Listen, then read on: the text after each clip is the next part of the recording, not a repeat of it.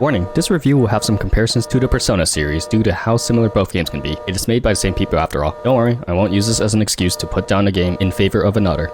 I'm just gonna say it right now. Metaphor ReFantazio, or should I say Metaphor ReFantastic, is the best JRPG of 2024, and one of the best JRPGs I've played in recent time. Right after Persona 5's development in 2016, the key people who worked on it, director Katsura Hashino, artist Shigenori Soejima, composer Shoji Meguro, founded a new company called Studio Zero in order to make a new game not tied to the Persona series. Fast forward to now, and we have what I consider to be the next step in Atlus's lineup. This isn't a diss at any of their previous works, but Metaphor makes Persona 5 look like a proof of concept. This game's stellar presentation, phenomenal narrative and world building, and addictive gameplay loop make this one of my favorite games of the year.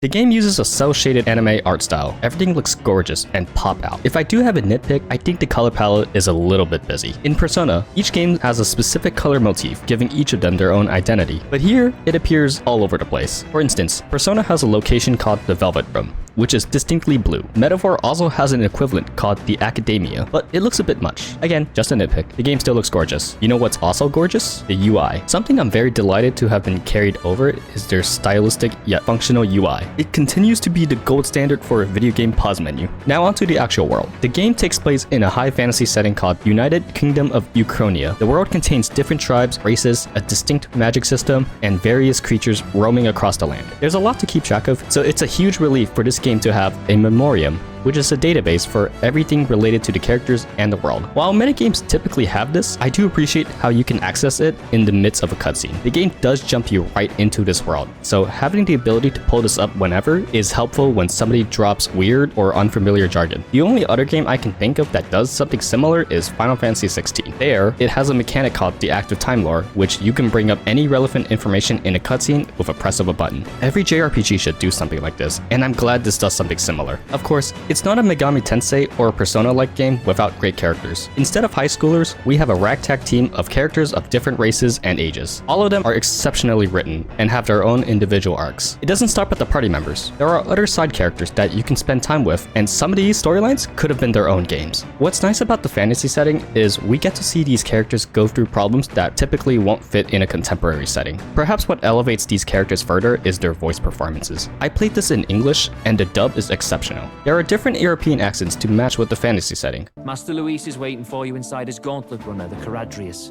And no funny business up there, yeah? On that note, this marks a notable change in the history of Megami Tensei. Now I want one for myself. The main character actually speaks in this game. Kinda. Whenever you pick a dialogue option during cutscenes, he speaks his entire line. Unfortunately, it's just in cutscenes. For the rest of the game, he's still very reserved and usually allows other characters to speak for him. It's definitely a step forward, but I wish the devs fully committed to having the MC have normal dialogue. But you know who has the strongest dialogue in this game? The main villain, Luis. This character is so intimidating, and that's largely thanks to the performance of his voice actor, Joseph Tweedale. Typically, I tend to slightly speed through the dialogue because I read fast, but whenever Luis speaks, I let the entire voice line play out. I hereby announce my formal entry into the competition. God damn, I can listen to this man all day. Luis has a conviction. He's a badass for the entire game, and he has a killer performance that demands your attention. Oh yeah, I almost forgot. The music.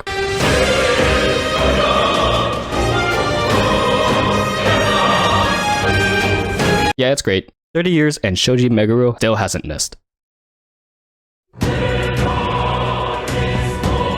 won't delve in too much as to avoid spoilers, and because of how dense it is. The king gets assassinated, but shortly before his passing, he used royal magic to make a royal tournament that decides who the next king is going to be, through sheer popularity, while also becoming a big giant moon.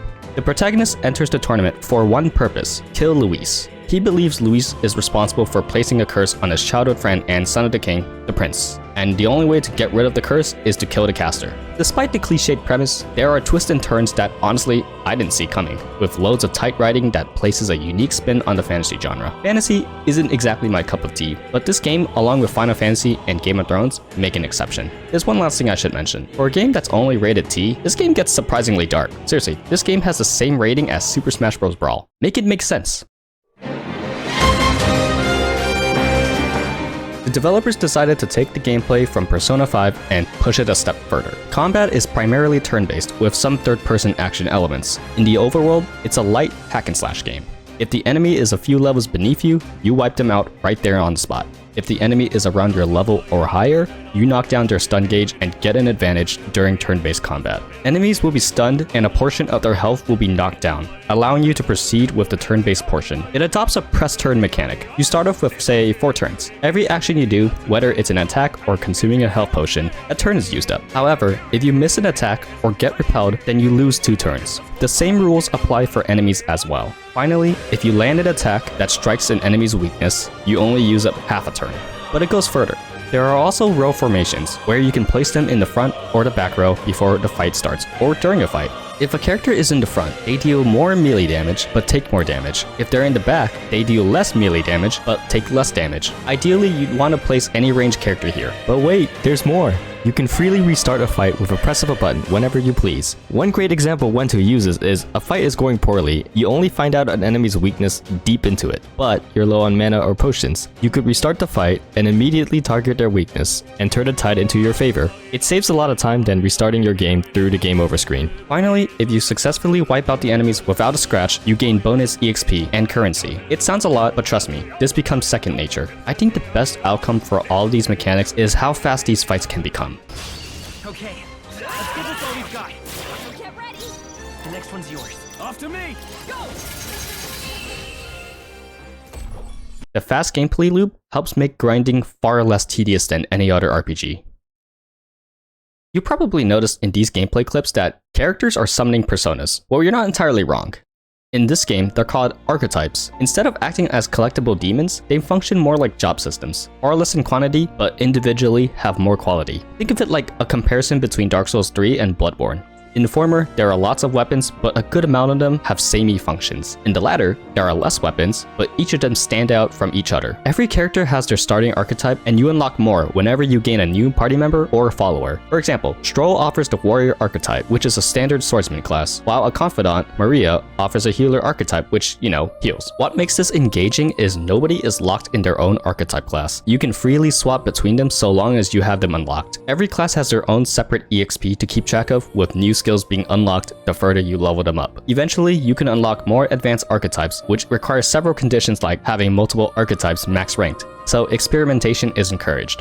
And if that's not your jam, you can always feel free to just stick with one, because over leveling a max leveled archetype nets you a free EXP item. Personally, I'd recommend switching around because when you have 2 or 3 specific archetypes in the same party, you can perform synthesis moves. Basically, it combines a couple party members to perform either a very powerful attack or a big buff. The catch is, it takes up 2 turns, so use it whenever you're ready to nuke an enemy. Overall, this system is robust. It offers a tighter gameplay experience since every archetype has their own strengths and weaknesses, and I never found any of them to be completely useless.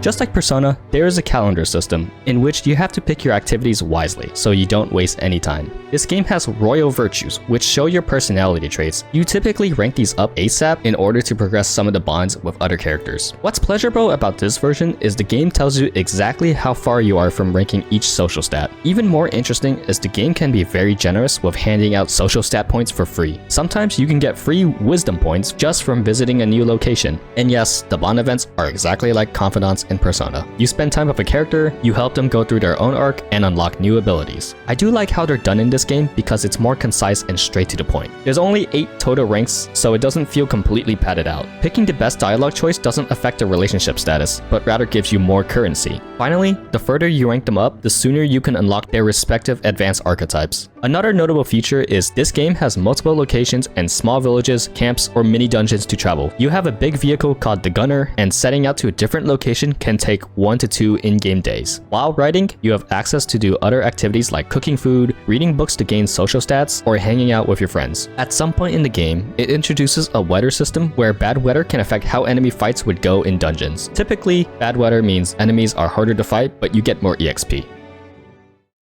Whew, that was a lot. But that's just a testament to how much this game has to offer.